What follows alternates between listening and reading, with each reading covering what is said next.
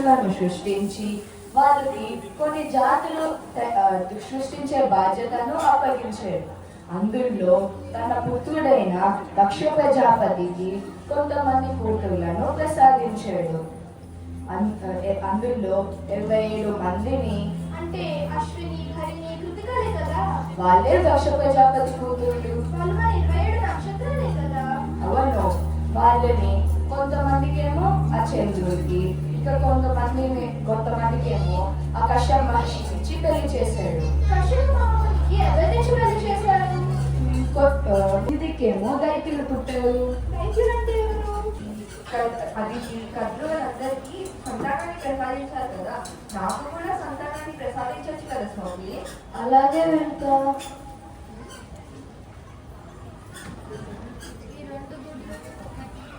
ఈ రెండు గుడ్లను తీసుకో. ఇవి కానీ ఒక షరతు సుమా. ఏంటా షరతు స్వామి? ఇవి వాతంతట పగిలేంత వరకు ముట్టుకోవద్దు. అలాగే స్వామి.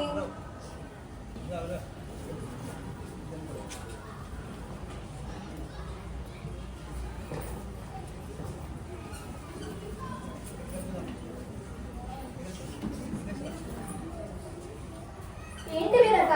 స్వామి మా అందరికేమో సంతానం ప్రసాదించి నీకేమో గుడ్లిచ్చారు.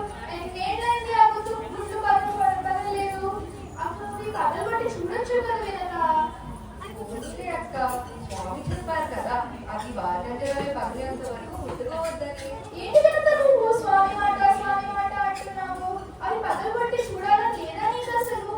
అయినా స్వామి అక్కడ ఎక్కడో తపస్సు చేస్తున్నారు. నువ్వు ఇక్కడ గుడ్డు పగలు బట్టి ఏమైనా చూస్తారా? అక్క చెప్పింది కూడా నిజమే కదా. స్వామి ఎక్కడో అందరూ తపస్సు చేసుకుంటే ఇక్కడ ఏం జరుగుతుందో గమనిస్తారా? ఒక గుట్టు పగలబడతాం.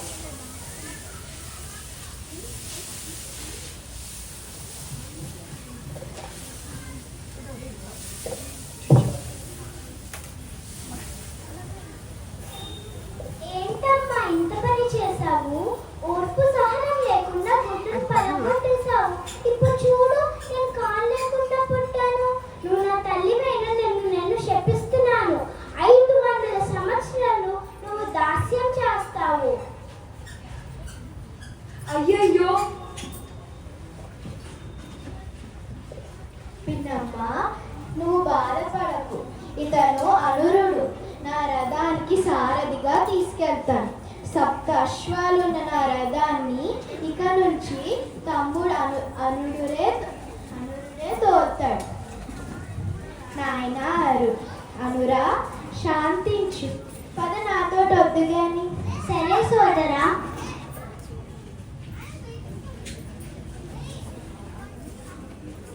అక్క, నీ మాట విని ఆ గుట్టుని పగలగొడితే నాకు అంగవైకల్యుడైన కొడుకు పుట్టాడు. పైగా శాపాన్ని కూడా పొందాడక్క. ఇందులో నాదేముంది వినత? నేను చెప్పేదేదో చెప్పాను. నేను చెప్తే అలా చేసేస్తావా? సొంత ఆలోచన అక్కర్లేదా నీకు? ఊరికే నన్ను గుర్తించు వినత. అలాగే అక్క. ఏంటి, నేను అంత ప్రలోభ పెట్టినా కూడా వినత ఒక్క గుడ్డునే పగలగొట్టింది. ఇంకో గుడ్డుని పగలగొట్టలేదే. ఆ ఇంకో గుడ్డు నుంచి నా కొడుకులు అందరికంటే బలమైన వాడు వస్తే నా కొడుకులందరికీ హాని కదా. నేను ఏదో ఒక ఉపాయం పన్ని వినతని నా దాస్ కింద చేసుకోవాలి. వినత, ఓ వినత. అక్క, ఏంటక్క? సరదాగా అలా నది ఒడ్డున షికారు వెళ్దాం పదా. ఈరోజు అక్క మనసులో బాగున్నట్టుంది. పదక్క, నీ మాట ఎప్పుడు కాదన్నానా?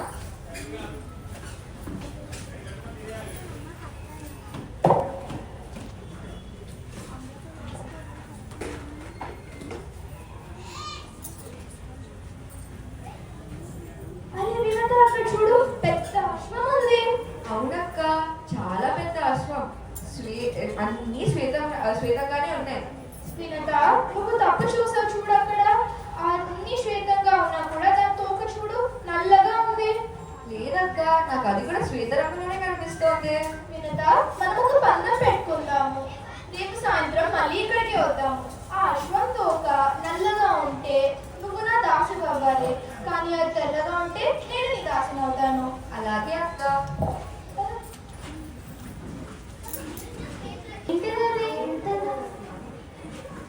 మేము నది ఒడ్డున ఒక శ్వేత అశ్వాన్ని చూసాము. నిజానికి అది మొత్తం శ్వేత రంగులోనే ఉంది. కానీ నేనేమన్నానంటే దాని ఒక నల్లగా ఉందని అన్నాను. నా ఉద్దేశం ఏంటంటే నీ వినత పిన్నిని నా దాసి కింద చేసుకోవాలని. అయితే మేము ఏం చేయాలమ్మా? రేపు సాయంత్రం మేము అక్కడికి వెళ్లే ముందు నదికి అవతల ఉంటున్న అశ్వం తోకకి చుట్టుకొని ఈ ఒడ్డునున్న మాకు నల్లగా కనిపించేటట్టు చేయాలి. తప్పు కదమ్మా, తల్లివైంది మాకు తప్పుడు వాటలు బోధిస్తావా? ఏంటని చేశావు నువ్వు? సొంత తల్లికి ఏదో చెప్తున్నావా? తల్లివైనా తప్పుడు మాటలు చెప్పకూడదమ్మా. మళ్ళీ అదే మాట్లాడుతున్నావు? అన్న చెప్పిన తప్పేముంది? నువ్వు ధర్మాన్ని నేర్పించావు కానీ మోసం చేసే మార్గం నేర్పిస్తున్నావు. ఏంటి వాసుకి, నువ్వు కూడా మీ అన్నయ్య లాగానే మాట్లాడుతున్నావు? వెళ్ళిపోయి ఇక్కడి నుంచి. క్షమించమ్మా. భయపడట్లేదు దక్షిత. మీరు నా మాట విన్నప్పుడు ఎందుకు క్షమిస్తానే కానీ అమ్మ ఎందుకు ఏం చేయాలమ్మా? రేపు సాయంత్రం మేము అక్కడికి వెళ్లే ముందు నది అవతల ఒడ్డునున్న అశ్వం తోకకి చుట్టుకొని ఈ ఒడ్డునున్న మాకు నల్లగా కనిపించేటట్టు చేయాలి. అర్థమైందా? అలాగే అమ్మా. అర్థమైందమ్మా. అక్క, మన పందెం గుర్తుంది కదా, నది ఒడ్డుకి వెళ్దామా? పదక్క వెళ్దాము. అరే వినంత, అక్కడ అశ్వం చూడు, నా తోక నల్లగా ఉంది. అవునక్క, నేనే కూడా పొరపాటు పడినట్టున్నాను. అంటే నేను నెగ్గినట్టే కదా? అవునక్క. అంటే ఇప్పుడు నువ్వు నా దాసిపోయినట్టే కదా? అవునక్క. పద.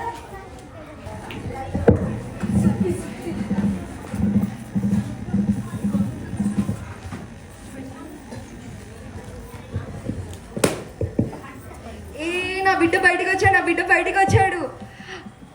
నువ్వు పక్షి జాతికి చెందిన వాడివి, అలాగే పక్షులకే రాజులా ఉన్నా కాబట్టి నిన్నందరూ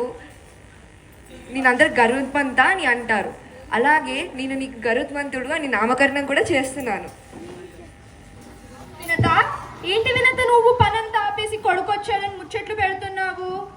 వినత, నువ్వు నా దాసివి కదా, దాసి పుత్రుడు కూడా దాసి అవుతాడు కదా.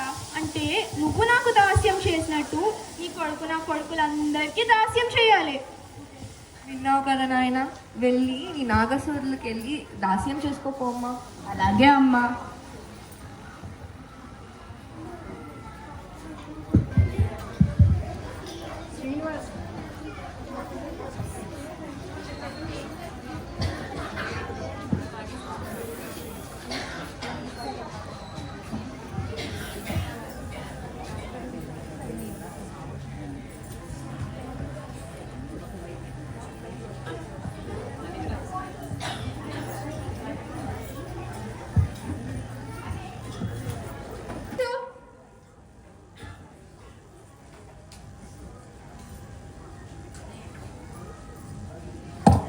ఏంటి వినత, నువ్వు ఇంత పని కూడా చేత కాదా నీకు?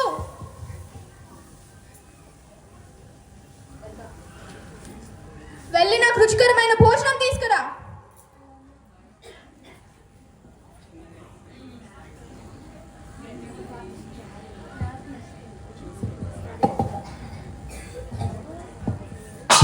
ఇది అస్సలు బాలేదు, మళ్ళీ తీసుకురాపో.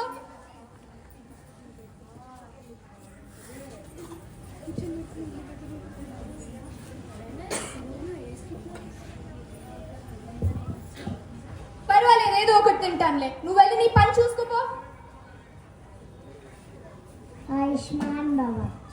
నాన్నగారు మిమ్మల్ని ఒకటి అడగచ్చా? అలాగే అడుగు నాయనా. నా తల్లి ఎప్పుడో నుంచి దాస్యం చేస్తుంది కదా, నా తల్లి దాస్యముక్తి అవ్వడానికి మీకు ఏదైనా ఉపాయం ఉందా?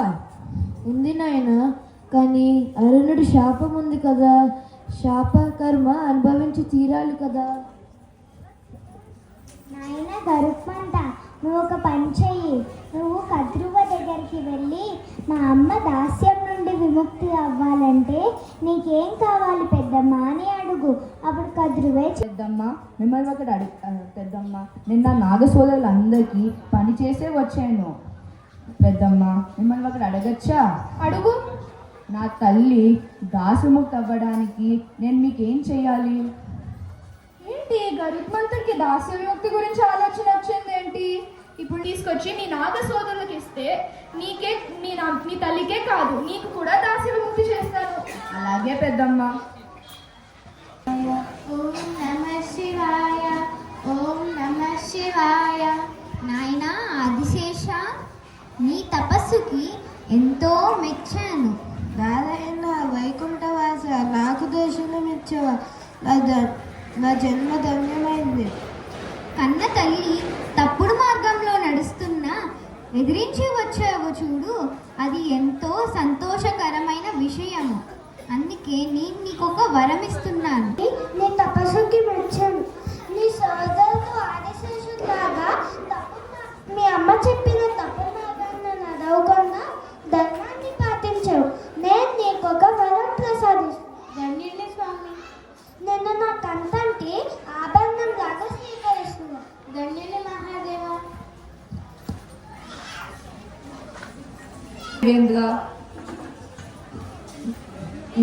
వినతపుత్ర గరుత్మంతుడా, ఏం చేస్తున్నావు స్వర్గంలో?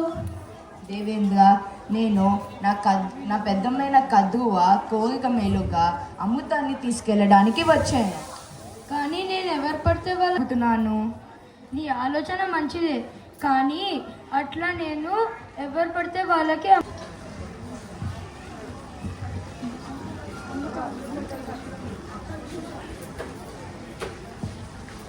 చెప్పండి దేవేంద్ర. ఈ ఈ అమృత కలశాన్ని మీ పెద్దమ్మ కదులోకి ఇస్తావు కదా?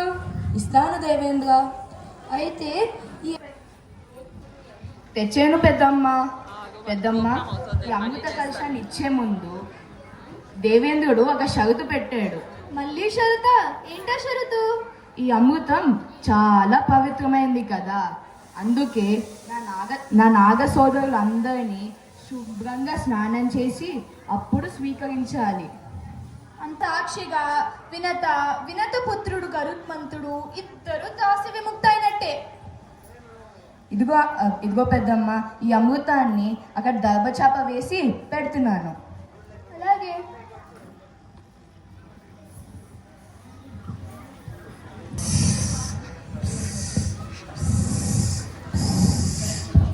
అమ్మా, ఇంకా మనం దాస్యముక్తి అయిపోయాము. అవునా నాయన, చాలా సంతోషం. పదమ్మా వెళ్దాము.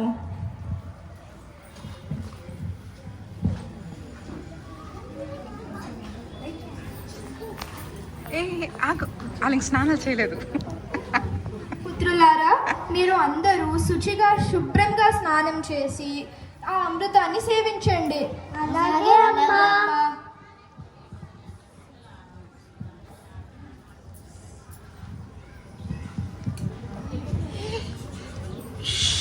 అయ్యయ్యో, దేవేంద్రుడు అమృత కలశాన్ని పట్టుకెళ్ళిపోతున్నారే.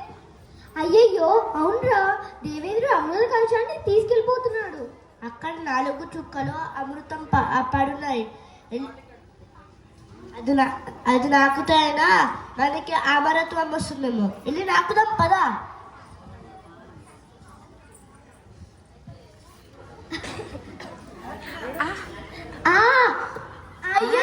అయ్యయ్యో, నా పుత్రులారా, ఏమైంది?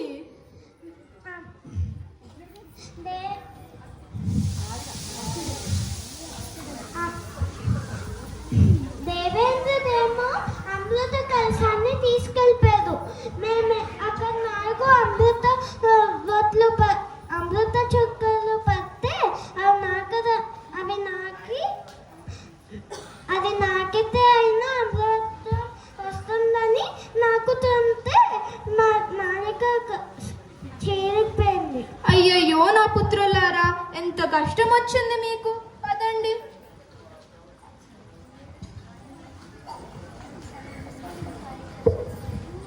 నాయనా గరుత్మంతా, అవునా ఆరాధ్య దైవమా, నాకు నీ దర్శనం ఇచ్చి నా జన్మ ధన్యం చేశావు. నమస్కారం నారాయణ. దేవేంద్రుడు చెప్పిన ఏ మోహానికి లొంగకుండా నీ జన్మనిచ్చిన తల్లి దాస్య విముక్తి కోసం పాటుపడ్డావు చూడు, అది ఎంతో మెచ్చుకోదగ్గ విషయము. అందుకే నేను నీకొక వరం ఇస్తున్నాను. నీవు అమృతం సేవించకపోయినా కూడా అమరత్వం ప్రసాదిస్తున్నాను. ధన్యుణ్ణి నారాయణ, ధన్యుణ్ణి. ఇంకో నుంచి నువ్వు నా వాహనం కింద ఉందు గాని. ధన్యుణ్ణి వైకుంఠవాస, ధన్యుణ్ణి. ధన్యురాలి నారాయణ, ధన్యురాలి.